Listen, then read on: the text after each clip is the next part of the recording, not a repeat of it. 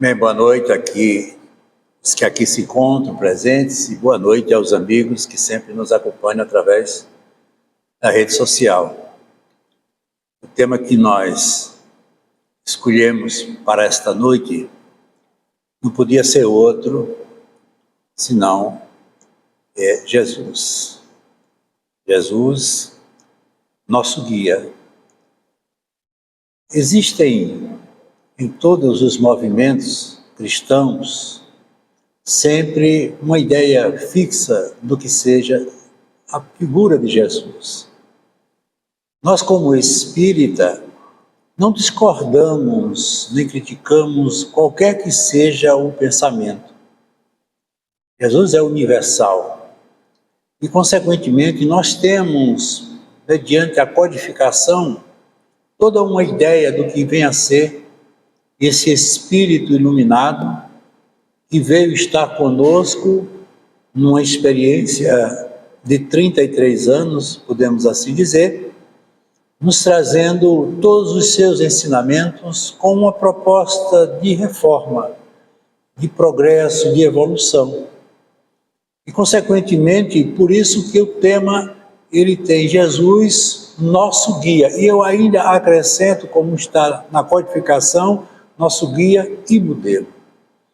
Quando você vai para um lugar que você não conhece, você pede o serviço de quem? De um guia. Esse guia vai lhe mostrar os melhores lugares, os lugares mais acessíveis, mais seguros, e, consequentemente, é ele que vai nos servir. E Jesus é exatamente essa figura na nossa vida, aquele que vai nos guiar, mostrar que caminho devemos seguir, principalmente nos nossos momentos de conflitos, de dores, de sofrimento e de incertezas. E modelo, o que é modelo? Modelo é alguma coisa que a gente copia. Então nós fazemos isso muito no nosso dia a dia. E que modelo é Jesus? Jesus, como modelo, é o Espírito mais perfeito que Deus ofereceu a nós aqui na Terra. Veja que ele aqui diz exatamente nos ofereceu. Jesus nos é oferecido. Jesus não é uma imposição feita por essa ou por aquela religião. E, consequentemente, isso faz com que a gente fique mais à vontade para falar sobre ele.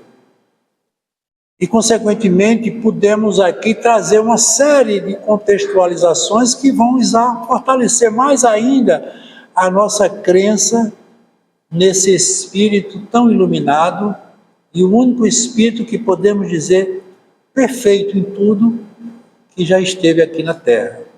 Quando Allan Kardec, fielmente, ele mostra a escala dos Espíritos, a gente se situa nesse contexto tendo uma ideia melhor. Espíritos imperfeitos, espíritos bons e espíritos puro ou perfeito. E nós, infelizmente, estamos na escala mais inferior do processo evolutivo. Somos espíritos imperfeitos. Mas não somos imperfeitos como seres, porque Deus não criaria um ser imperfeito. Toda obra de Deus, ela é perfeita, atendendo a todas as suas leis e a lei do amor.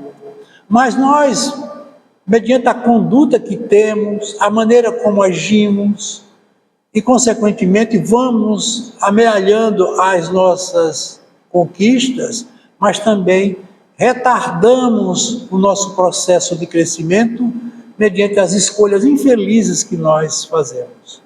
O livre-arbítrio, como eu sempre tenho dito, depois da lei da vida, talvez seja a lei mais solidária, mais democrática que Deus nos ofereceu. Por quê? Porque Ele nos dá o direito de fazermos as nossas escolhas. E nem sempre fazemos elas da maneira como desejamos ou queremos. Quantas vezes nós incorremos nos erros eventuais da nossa experiência de vida. E na condição de um espírito imperfeito, estamos amealhando, conquistando, ou tentando conquistar, através do sacrifício pessoal, que é o sacrifício de cada um, alcançar os seus objetivos. E, consequentemente, por vivermos num mundo onde tudo é muito mais levado ao aspecto da matéria, esquecemos muito a nossa natureza espiritual. A gente observando, como vamos observar, foi uma coisa que Jesus não teve a menor preocupação, foi com as coisas materiais. Ele não tinha uma casa para morar, ele não tinha um lugar pronto para dormir, ele era um andarilho, era um homem do mundo. E, consequentemente, isso faz com que a gente cada vez mais entenda qual era o seu objetivo. Quando ele falava desse reino, um reino que ele considerava como algo que é construído no coração dos homens, no nosso coração. Ele veio exatamente mergulhar nessa intimidade nossa. Ele conhece a natureza de cada um de nós, mas ele convivia e não se envolvia com ninguém. Eu acho isso tão importante para que a gente possa aprender, porque nós somos muito de julgar e criticar o próximo. E, consequentemente, colocamos-nos sempre na condição de um juiz inclemente, que mal sabemos o que somos, mas nos arvoramos no direito de saber ou querer saber o que o outro é. Consequentemente, tudo isso vai trazendo para nós uma ideia diferente desse Jesus. O Jesus sobre o qual nós vamos falar não é o Jesus da prosperidade, e sim o Jesus da libertação. Veja que ele diz uma coisa muito própria dele: conhecereis a verdade e a verdade vos libertará. Que verdade é essa? É isso que a gente aqui está colocando. Não é aquela que se opõe à mentira, mas a verdade do conhecimento de si. Nós somos muito frágeis no sentido da verdade, porque nós mentimos até para nós, imagine para os outros. Vivemos sempre nessa grande luta intrapsíquica entre uma realidade e outra. E ele vem trazer a libertação. Veja que ele aqui não fala de outra coisa a não ser aquilo que a gente mais procura. Estamos presos a um sistema difícil. A Terra, que se destina a ser um mundo de provas e expiações, nos prendeu e nos prende até hoje, com seus hábitos, com seus costumes, com as suas lutas sociais, as guerras, os conflitos, a miséria, tudo isso é próprio desse planeta. E ele sabia e sabe disso. Em algum momento do próprio Livro dos Espíritos, Allan Kardec faz várias advertências sobre esse fato. E é esse Jesus, como eu disse, que nós hoje vamos tentar entender.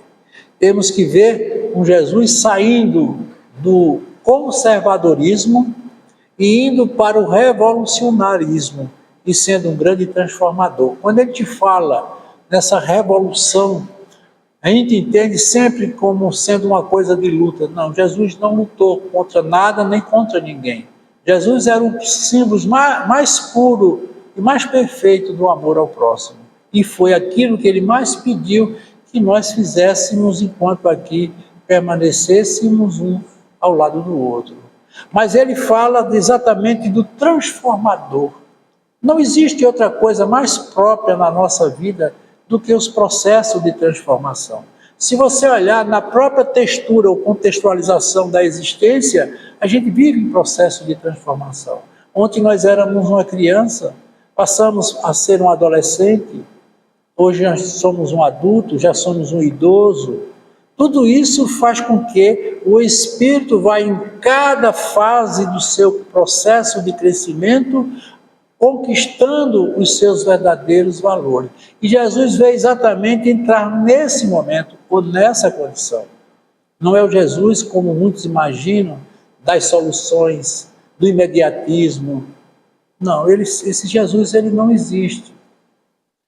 Então, quando a gente vê como exemplo a parábola da mulher adúltera, né? Ali onde Jesus, mais do que criticar aqueles homens, ele levou a cada um a condição de mergulhar em si e ver o que eles verdadeiramente estavam fazendo, como muitos fazem. Veja que a primeira condição que Jesus impôs naquele momento não foi aquilo que a gente tanto ouve dizer: quem nunca pecou que atire a primeira pedra. Não. O primeiro momento de Jesus foi de silêncio. Ele silenciou. Ele deu uma pausa àqueles homens que, querendo ser justiceiros, queriam apedrejar e matar aquela mulher que havia praticado um adultério. Mas aí eu pergunto, quando uma pessoa erra, ela erra sozinha? É difícil. Geralmente nós estamos envolvidos com algo ou com alguém para justificar o nosso erro. E quando Jesus deixa que aqueles homens, como ele sempre fez e faz conosco, mergulhar em si, ao invés de estar a todo instante pedindo isso ou aquilo, dizendo isso ou aquilo, mergulha em si. Vai buscar na tua intimidade o que está verdadeiramente perturbando a tua vida. É isso que a gente importa. Aliás, é isso que importa. Tem uma frase bonita que eu acho que está numa música que diz: de onde eu venho não importa porque já passou, o que importa é para onde eu vou. É essa a proposta de Jesus. Ele não está se reportando ao nosso passado, porque esses homens eles traziam uma tradição cruel de um passado que condenava as mulheres por terem cometido erros que são naturais no processo da evolução. E a pena era o apedrejamento. Imagine que crueldade você apedrejar uma pessoa em praça pública, principalmente uma mulher indefesa. E naquele silêncio eles puderam ver que eles tinham algo a ver com aquilo no sentido da culpa. E aí é quando ele vê que aqueles homens pararam, estavam mergulhados em sua intimidade e trazendo a dúvida e a vergonha da reparação, aí ele entra no momento certo. Quem nunca pecou, que atire a primeira pedra. Se você nunca errou, que condene aquele que está errado. O que a gente faz, o que a gente vê? É muito fácil a gente condenar. Certa vez eu vi numa entrevista um juiz dizendo para uma mãe cujo filho havia cometido um crime, que ele não tinha outra coisa a fazer senão usar a lei e a justiça para penalizar aquele jovem. E a mãe lhe faz a seguinte pergunta: e se esse filho fosse seu, você estaria usando desse mesmo pensamento? Seria assim se ele fosse seu filho? E assim a gente se pergunta. E é exatamente isso que Jesus vem nos trazer. Entendeu? Então, ele não queria fazer outra coisa senão sair do conservadorismo e abrir as consciências para o evolucionismo, porque na evolução você cresce. De alguma forma você está a cada dia dando um passo decisivo para o seu processo de crescimento. Amanhã eu serei sempre algo mais do que eu fui hoje ou que eu sou hoje. Porque o crescimento a qual ele se reporta e nós nos reportamos, não é o crescimento nem a evolução material. Esse crescimento, essa evolução é próprio e característico do mundo da matéria. Mais do que matéria, nós somos espíritos imortais. E como eu disse, voltando para a escala espírita, nós precisamos talvez de muitas idas e vindas para chegarmos à condição de sermos um espírito bom. Muito longe ainda do que seja um espírito perfeito. Porque sendo bom, ele talvez não tenha tanta tendência para o mal, mas ainda não despertou plenamente para as tendências do bem. Ainda vai existir muita dúvida, e iremos vacilar em alguns momentos nos nossos conceitos e nas nossas decisões. Mas quando o espírito atinge o ponto máximo do processo da evolução dele, na condição de um espírito perfeito, aquilo que é perfeito não se submete a nada. Não pode sequer ser comparado. Um espírito perfeito, ele não faz escolhas. Ele entende tudo. Jesus não escolheu ninguém. Veja que o material de trabalho dele era totalmente diferente do que poderia ser se tivéssemos o poder que ele tinha. Mas ele se fez de humilde, como ele sempre foi, e nos conduziu e tem nos conduzido a esse pensamento. Como guia, Jesus nos alertou sobre os falsos profetas, que são, como ele muito bem disse, os sepulcros caiados. As pessoas que se escondem através de um nome, de um modelo, de uma ideia, e também através do fanatismo inconsequente, se arvoram do direito de querer comandar grupos, massas e pessoas. Jesus não se colocou nisso. Com isso ele nos mostra que os piores seres humanos não são aqueles que carregam armas, mas que carregam falsas justificativas. E isso que a gente tem visto. Os falsos pregadores, aqueles que se arvoram no direito de usar o nome de Jesus para fazer coisas que não são tão bem vistas pelo critério da observação, como nós somos muitas vezes envolvidos. Esse Jesus, ele não existe, gente. É um Jesus totalmente diferente daquele que ele foi. Por isso que quando os espíritos perguntaram, aliás, quando Allan Kardec perguntou aos espíritos quem Jesus nos ofereceu para servir de modelo e guia, como dissemos, eles prontamente responderam: Jesus. Então é o único espírito que se colocou nessa condição e o qual todos nós devemos sempre ter, como eu disse, na condição de guia e modelo. A ressurreição de Jesus é a maior prova da sua imortalidade. Paulo de Tarso já dizia: morre corpo animal, ressuscita-se corpo espiritual. Paulo de Tarso era um reencarnacionista. E ele continua: portanto, o corpo que Jesus apresenta depois de ressuscitar-se é o corpo perispiritual. A prova é que Maria Madalena quis tocá-lo e ele pediu que não o tocasse. Isso, claro, para não assustá-lo. Então, essa é uma passagem muito conflituosa sobre Jesus. Nós temos 3 corpos concomitantes. Nós temos o corpo mental, nós temos o corpo perispiritual e nós temos o corpo físico. Esses corpos, eles se entrelaçam dentro do mesmo sistema. No momento em que nós deixamos de ter a força vital mantendo o nosso corpo, ele desfalece. Parando as suas funções, ele entra em processo de decomposição, é a morte. Mas tudo que está no corpo físico, de imediato transfere-se para o corpo espiritual, como também para o corpo mental. Então isso nos dá a certeza de que Jesus esteve aqui conosco, depois do seu momento de ressurreição, na condição de um espírito no corpo perispiritual. Não temos certeza, mas é algo que é levantado como hipótese dentro do movimento espírita.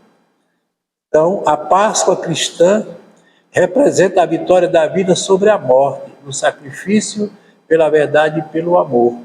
Jesus demonstrou que pode sepultar homens, mas se consegue matar homens, mas não se consegue matar as suas ideias renovadoras pela valorização da vida. Então, todas as suas ideias, elas jamais deixarão de existir quando está lá no Evangelho. Tudo passa, mas as minhas palavras não passarão. E Jesus é uma ideia fixa de uma coisa que é permanente na nossa existência e é a motivação que todos nós precisamos para termos uma vida feliz. Porque há uma coisa interessante aqui a gente analisar. Todos nós fomos predestinados a sermos, e somos predestinados a sermos felizes. A proposta da existência humana é a busca da felicidade. Mas aí muitas vezes as pessoas dizem: eu não sou feliz, eu não tenho paz, eu não tenho equilíbrio. Veja que coisa a gente pode aqui analisar. Muitas vezes a felicidade, ela comporta o sofrimento. Mas como é que eu posso ser feliz sofrendo? Veja o caso de uma mãe no momento do parto. Ela está sofrendo, está sentindo dores, mas ela está feliz.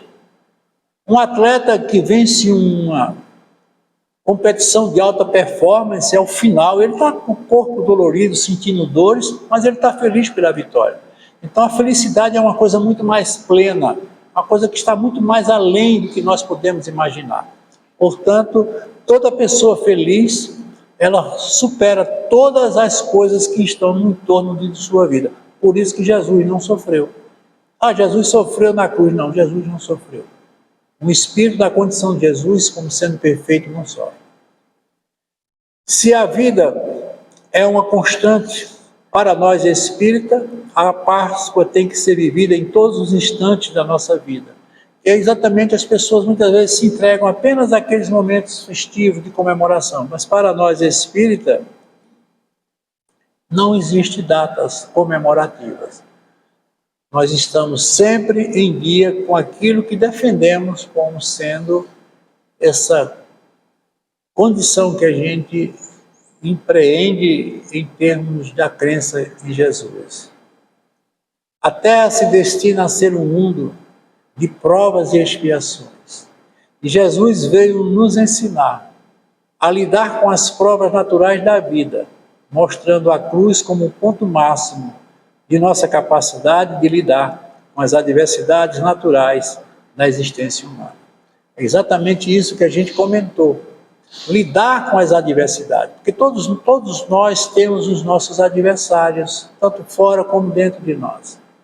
A luta da individualidade de cada um, ela é perpétua, ela é constante. Enquanto aqui estivermos, estaremos sempre nos degladiando com os nossos pensamentos, com as nossas ideias, os nossos conflitos, porque nós somos dicotômicos. O ser humano ele é dividido. Veja que na nossa cabeça existem dois hemisférios, formando a estrutura do cérebro, o hemisfério direito e o hemisfério esquerdo.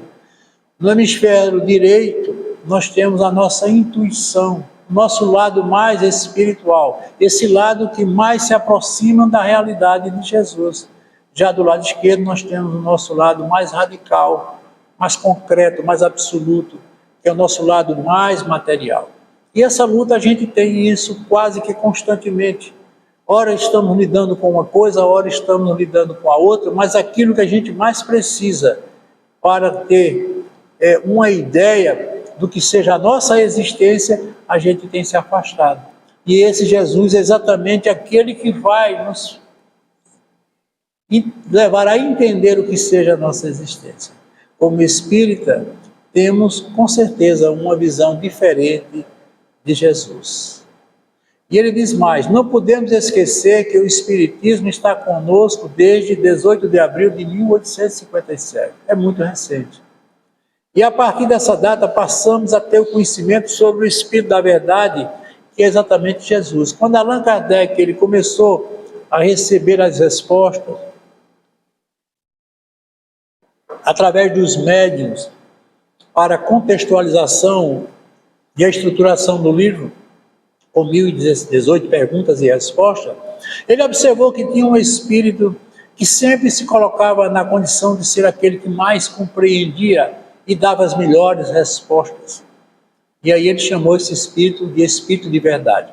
Ele não quis se identificar, porque os espíritos superiores, eles não gostam de se identificar. Para eles não tem importância o que eles digam. O importante é o que é dito.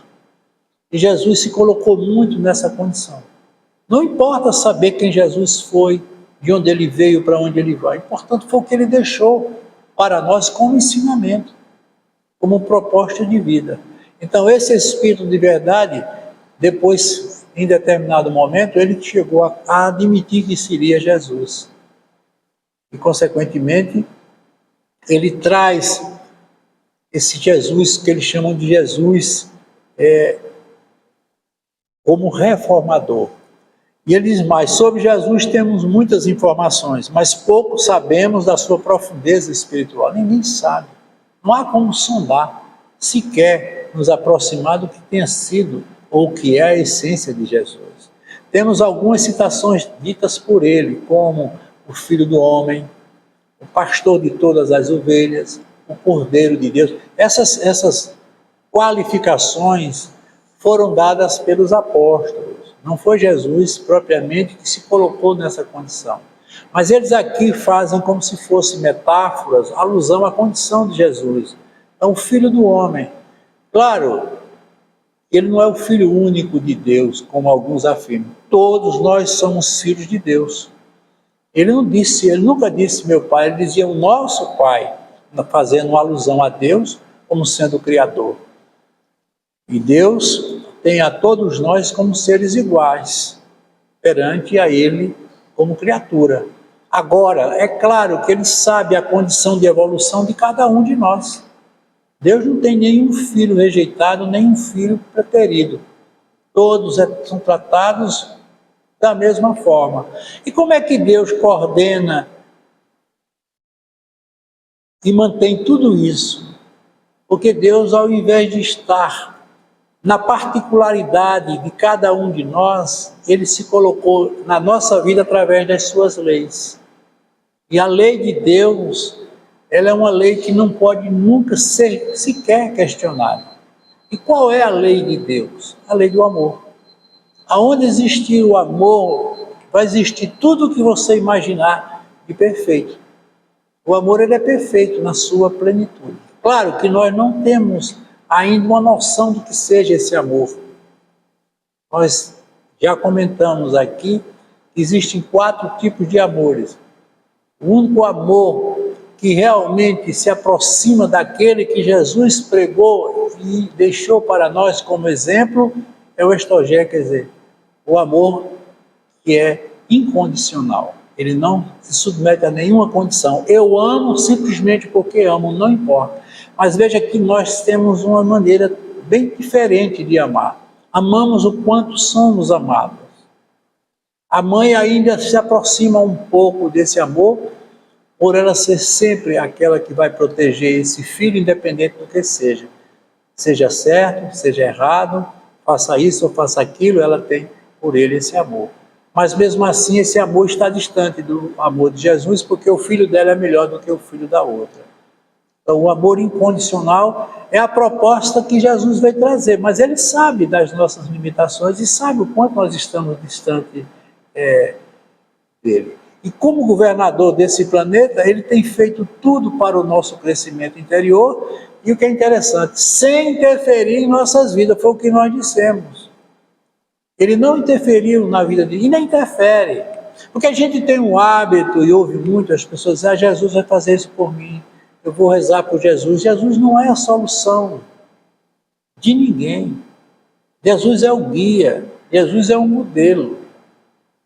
Ele apenas nos mostra como devemos seguir.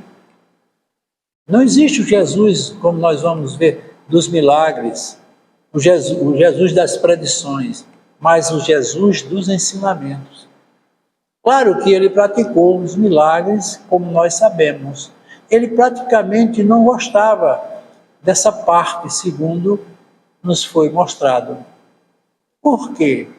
Porque o milagre, ele não existe. O milagre é aquilo que a natureza fez e a gente não entendeu, ou não entende. Nada pode alterar a lei natural, que é a lei de Deus. Fulano tem um problema sobrenatural. Não existe nada além da natureza. É uma expressão que se fala tanto, se pronuncia tanto, mas ela não tem sentido. Então, todas as vezes que acontecer algo em sua vida que você não entendeu, é porque ainda não existe condições de alcançar. Então, Jesus, quando ele fazia qualquer um desses prováveis milagres, ele era muito objetivo em dizer que foi tua fé que te curou. Eu não curo ninguém. Ninguém faz nada por ninguém. As pessoas dizem, fulano fez isso por mim. Sim, as coisas cotidianas, no nosso dia a dia, tudo bem. Mas processos de transformação, coisas mais profundas, ninguém tem esse poder. Jesus não teve esse poder e Deus não deu esse poder a ninguém. Cada um é senhor do seu destino. Mas como eu disse, Jesus é o nosso guia. Jesus é aquele que vai mostrar a você que caminho você deve seguir. E assim a gente tem que entender. Você acha que Jesus veio transformar espíritos imortais através de um movimento religioso, aí entra essa parte que a gente não vai adentrar, porque é uma questão de desejo e opinião de cada pessoa. Então, eu não preciso seguir nenhuma religião para ser um seguidor de Jesus. Seja ela católica, evangélica, e o espiritismo mesmo. Mas a gente ouve muito as pessoas dizer: você não vai à igreja, você não confessa, você não faz isso, então você não tem Jesus no seu coração. Ele não veio para isso. Jesus não faz parte de nenhum movimento, isso foi criação dos homens. Alguns chegam a acreditar que Jesus encarnou para fundar o cristianismo. Também não é verdade. Jesus não fez parte de nenhum movimento, como eu disse. Jesus encarnou para mudar o padrão moral do planeta Terra. Isso sim, mostrar a gente tudo o que é preciso para que a gente tenha uma vida melhor, uma vida com mais amor, uma vida com mais sossego, mais paz e muito mais equilíbrio. Porque o grande progresso, aliás, o grande processo da transformação se dá pela busca do equilíbrio. Veja que a gente está sempre entrando em conflito, a gente está sempre se desarmonizando. O que é que se fala hoje tanto em termos de psicopatologia? Os quadros clínicos da depressão e da ansiedade. O TDAH hoje é falado em todos os lugares. Até uma criança hoje, de pequena idade, já fala sobre isso. E o que é a depressão? Senão uma tristeza que se configura por um alimento que você dá a ela e faz com que ela permaneça, a falta de motivação, a queda da energia, tanto mental como fisiológica, que leva a pessoa à prostração, muitas vezes leva ao quadro mais crônico, numa tentativa de suicídio. Nós temos a ansiedade, essa velocidade que impomos à vida na busca das conquistas que não sabemos se elas estão disponíveis para nós. Jesus veio exatamente combater isso. Por isso que Jesus ele é um terapeuta, como disse nos Joana de Ângeles. Para mim, a definição mais perfeita que foi dada a Jesus foi dada por Joana de Ângeles através de Nivaldo Pereira Franco. Jesus é um terapeuta. Do jeito que você procura um profissional de saúde para fazer terapia, Jesus é esse terapeuta, gratuito. É só você colocar os seus ensinamentos dentro da sua consciência e você consegue superar as suas dificuldades, que são naturais do processo evolutivo. Nós estamos sempre entrando em equilíbrios e desequilíbrios pelo processo mental. Quantas vezes a gente está tão bem, de repente acontece um fato e a gente fica tão mal. E é importante a gente ter sempre esse cuidado para se manter dentro desse contexto. E ele diz assim: meu reino é obra divina no coração dos homens. O poder que ele tinha, segundo a doutrina espírita, ele é o governador do planeta Terra. Então o poder de Jesus era uma coisa imensurável, é uma coisa imensurável. Nós não temos a menor ideia do que seja o seu poder. Um espírito que se coloca na condição de governar um planeta.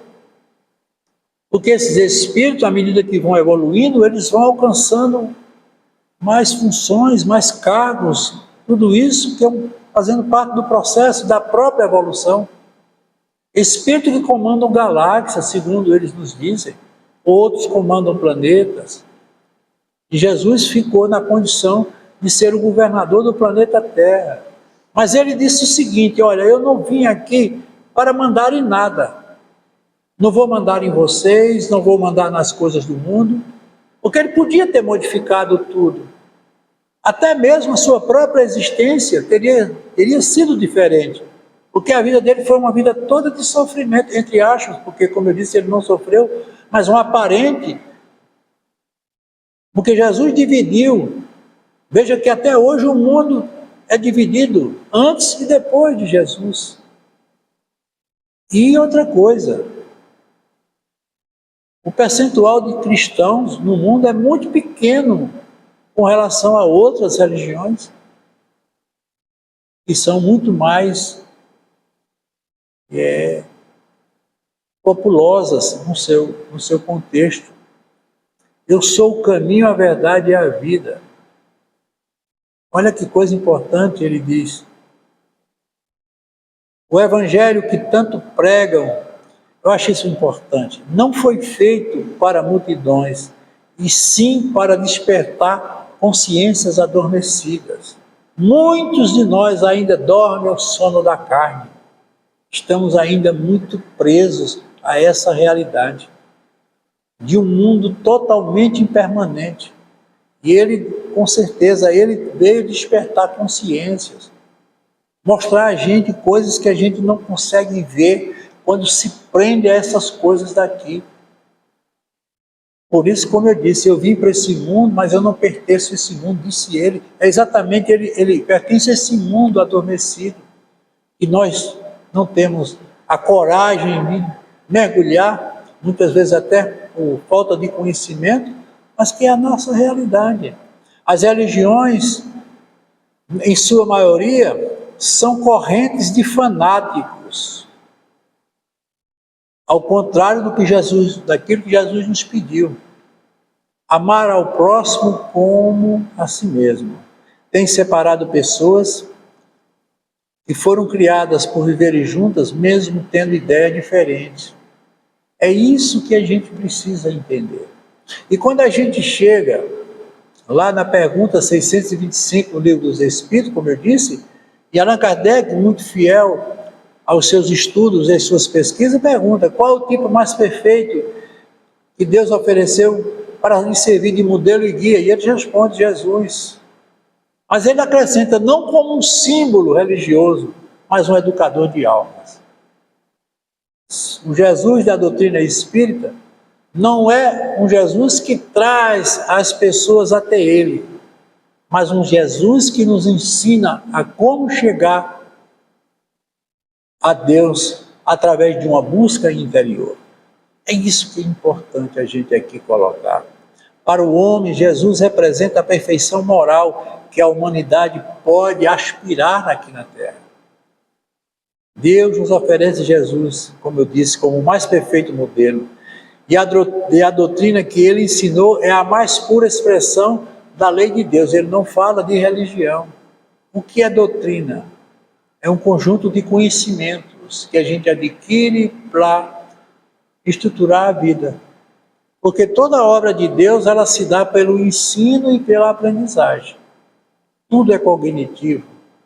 Veja que quando a gente não estuda, a gente mergulha no mundo da ignorância. Ignorar significa não saber.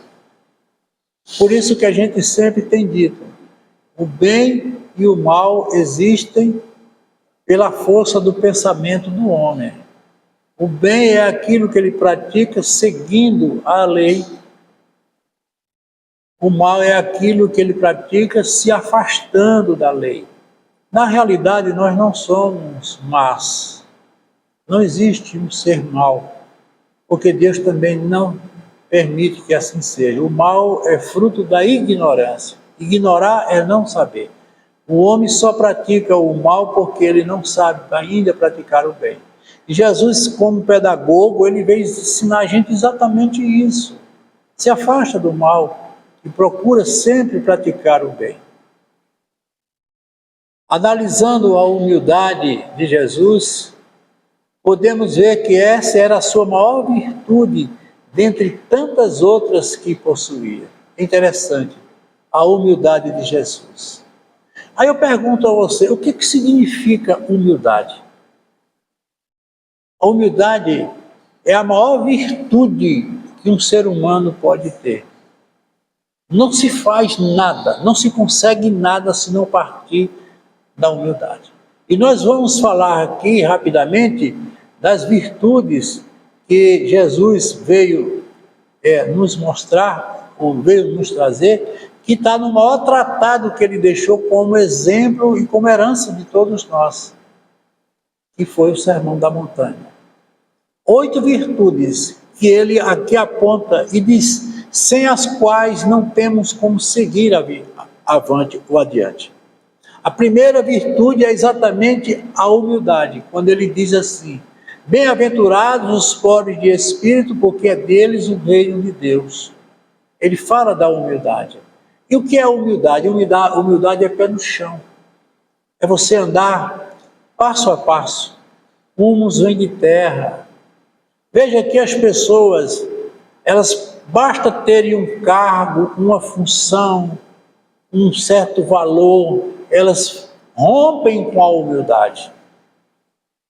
Isso é fundamental e a gente vê em Jesus ele com todo o poder que ele tinha. Para se ter uma ideia, Jesus podia ter anulado o decreto de Herodes, que mandava matar todas as crianças que fossem nascer naquele dia, e dentre essas crianças ele era uma delas.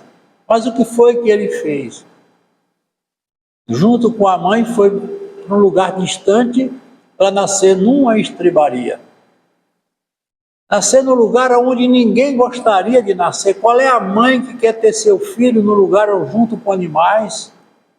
E é muito bonitinho a gente ver agora no Natal aquela lapinha com aquele bezerrinho, aquelas vaquinhas, aquelas coisinhas. Mas vocês imaginem naquela época, há mais de 2000, como era um lugar desses. Sem asseio, sem segurança, sem luz. Mas ele se colocou nessa condição. É o protótipo de sua humildade. Mas ele queria dizer uma coisa aí. E disse com seus ensinamentos: não importa de onde eu vim, o importante é para onde eu vou. Não importa onde eu nasci. Não importa como foi meu início. O importante é o que eu sou hoje e o que eu poderei ser amanhã.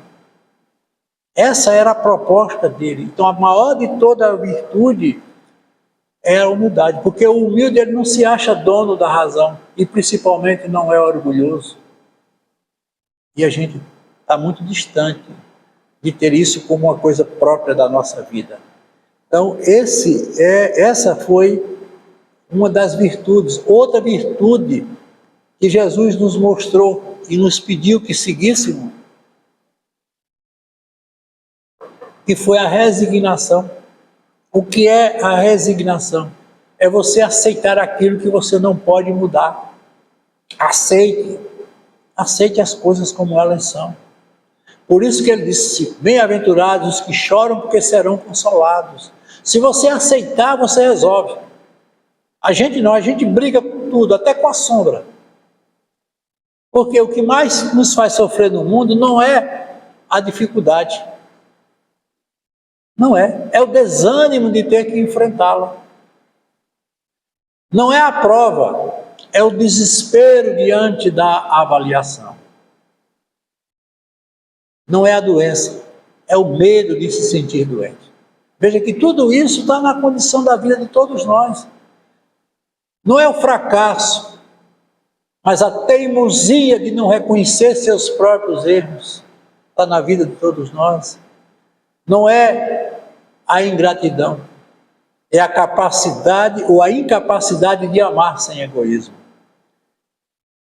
E finalmente não é a velhice, é a paixão pelas aparências e não querer ser velho. É que isso realmente foi o que ele nos colocou como uma proposta e, acima de tudo, uma virtude. Outra virtude que ele aqui também coloca, a afetividade. Nós somos tão afetivos como dizemos ser? Será que aquele que olha para a gente muitas vezes com uma cara mais fechada, uma pessoa mais diferente, a gente tem por ela um carinho, tem afeto? Afeto significa o quê? Possuirmos a nós mesmos. E aí ele diz: bem-aventurados os mansos, porque possuirão a terra. E o que é que a gente tem visto hoje? Os mansos. Nós temos um mundo de mansuetude. Quantas guerras, quantas chacinas, quantas pessoas morrendo em troca de coisas que não têm o menor sentido. Então essa afetividade ela não existe. Jesus veio provocar isso. Olha, vocês têm que se amarem. Amar um ao outro é aprender um com o outro. Porque a proposta do amor não é só do sentimento, mas da construção. Porque o amor ele tem o poder de ser superior a tudo e a todos. O amor ele suporta as dificuldades naturais que se opõem a ele. O amor é superior à traição. O amor é superior à maldade, ao ódio, ao medo.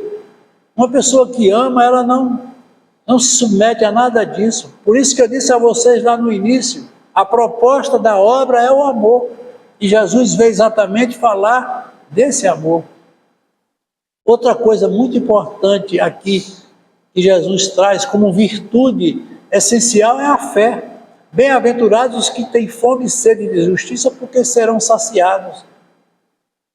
Fome e sede de justiça. E que justiça é essa? A dos homens? Não. É a justiça divina. Acredite que tem alguma coisa além do que nós imaginamos acreditar. Senão a vida não teria sentido. Quantas vezes eu me pergunto, meu Deus, o que é que eu estou fazendo aqui? A que se destina a minha vida? Será que é só isso ou tem mais alguma coisa? Claro que quem colocou nós aqui sabe onde cada um de nós está sendo colocado. Se tem uma coisa que Deus não fez, foi errar. Então, se você está num determinado lugar, numa determinada condição, procure entendê-la e aceite-a. Aceite-a porque esse é o grande objetivo da vida. É superarmos não as outras ou aquelas dificuldades, mas as nossas dificuldades. É mergulhar dentro de você. É ter uma conversa íntima e séria, que é isso que ele pede e é isso que ele espera de nós. Porque fé, gente, não é acreditar. Fé é confiança. Eu tenho que confiar naquilo que é produto do que eu acredito. Então, eu tendo fé, tudo para mim tem um sentido diferente. Mas existem pessoas que são totalmente derrotistas.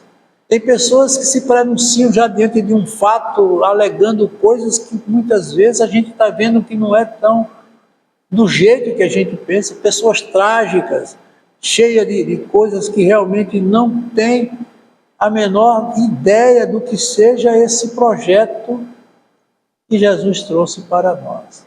E tem outra virtude que é muito importante para nós, que é o perdão.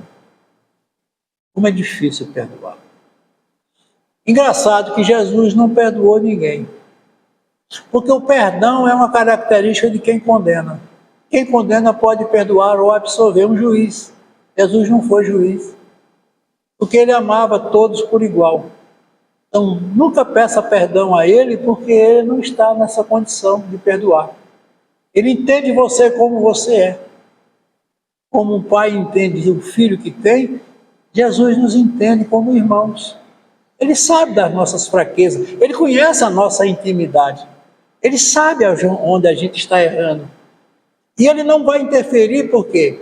Porque a proposta de cada um é questão de cada um. Se Jesus é um espírito perfeito, um dia ele foi imperfeito, claro, não é uma escala. Ele evoluiu.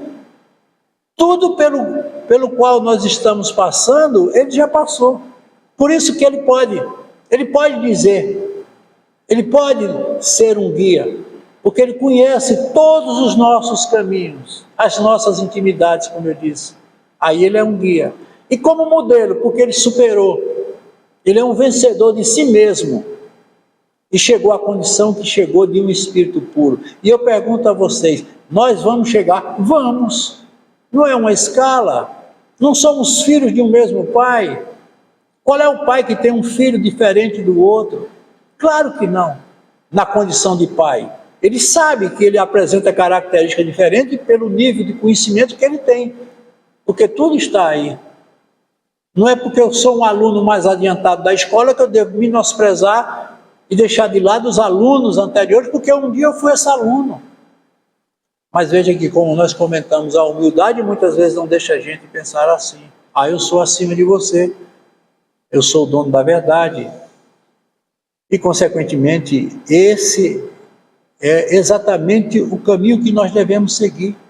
Então, perdoar não significa esquecer. Nós não podemos esquecer do mal que nos fizeram. Porque se eu esquecer, eu vou me colocar novamente à disposição para ser vítima de você. Mas perdoar é não devolver. Nunca devolva ao outro o mal que o outro lhe fez, porque isso não resolve. E, consequentemente, essa era a proposta que ele tinha para nos mostrar. Então, ele não se colocou em nenhuma condição dessa. E esse sermão, ele chama a atenção da gente para uma coisa que, inclusive, foi até mostrada pelo budismo, quando o Siddhartha Gautama falava do caminho do meio. Um caminho onde não tem pendência nem para um lado, nem para o outro. É o caminho da retidão, o caminho do equilíbrio e da harmonia. E só com harmonia e paz interior é que nós vamos entender a verdadeira mensagem desse que foi e é o nosso guia e o nosso modelo.